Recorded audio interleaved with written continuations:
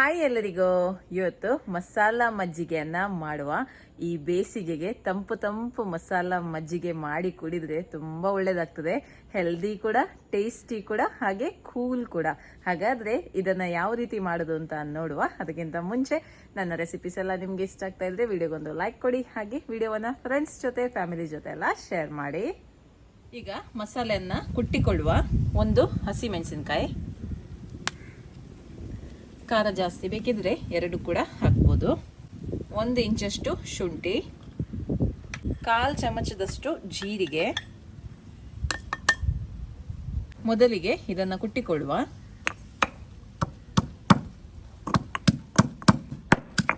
Okay, ಈಗ ಇದಕ್ಕೆ ಸ್ವಲ್ಪ ಕೊತ್ತಂಬರಿ ಸೊಪ್ಪನ್ನು ಹಾಕ್ತಾ ಇದ್ದೀನಿ, ಹಾಗೆ ಸ್ವಲ್ಪ ಪುದೀನ ಸೊಪ್ಪನ್ನು ಹಾಕ್ತಾ ಇದ್ದೀನಿ.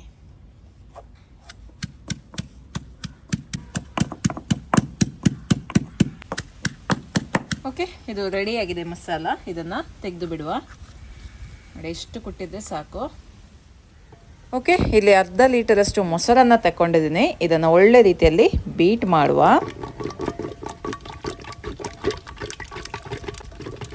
ಸ್ವಲ್ಪ ನೀರನ್ನು ಸೇರಿಸ್ತಾ ಇದ್ದೀನಿ.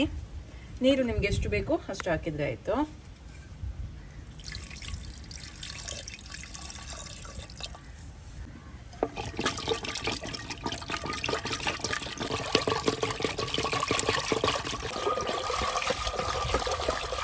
ಒಳ್ಳೆ ನೊರೆ ಬರುವವರೆಗೆ ಇದನ್ನು ಈ ಥರ ಬೀಟ್ ಮಾಡಿದ್ರೆ ಆಯಿತು.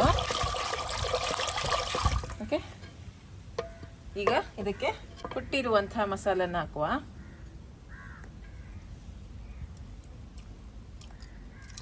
ಚೆನ್ನಾಗಿ ಮಿಕ್ಸ್ ಮಾಡುವ. ರುಚಿಗೆ ಎಷ್ಟು ಬೇಕೋ ಅಷ್ಟು ಉಪ್ಪನ್ನು ಹಾಕಿಕೊಳ್ಳಿ. ನೀರು ಬೇಕು ಅಂತ ಅನಿಸಿದ್ರೆ ನೀರನ್ನು ಹಾಕಿಕೊಳ್ಳಿ. ಓಕೆ, ಮಸಾಲ ಮಜ್ಜಿಗೆ ರೆಡಿ ಆಗಿದೆ. ಇದನ್ನು ಸರ್ವ್ ಮಾಡುವ. ಇನ್ನು ಸ್ವಲ್ಪ ಐಸ್ ಕ್ಯೂಬ್ಸ್,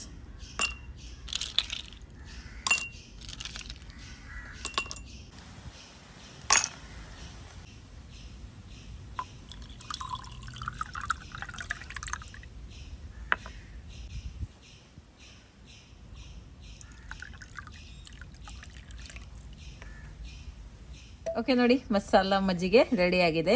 ಟೇಸ್ಟ್ ಮಾಡುವ. ಓಕೆ, ಈಗ ಮಜ್ಜಿಗೆನ ಟೇಸ್ಟ್ ಮಾಡಿ ಹೇಳ್ತಾರೆ ಯಾವ ರೀತಿ ಬಂದಿದೆ ಅಂತ. ಕುಡಿದು ಹೇಳಿ ಹೇಗಾಗಿದೆ ಅಂತ.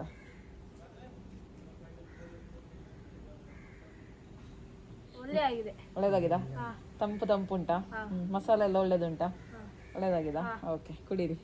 ಇವತ್ತಿನ ಈ ರೆಸಿಪಿ ನಿಮ್ಗೆ ಇಷ್ಟ ಆಯ್ತು ಅಂತ ಅನ್ಕೊಳ್ತೀನಿ. ಮುಂದಿನ ವಿಡಿಯೋದಲ್ಲಿ ಸಿಗ್ತೀನಿ. ಅಲ್ಲಿ ತನಕ ಬಾಯ್.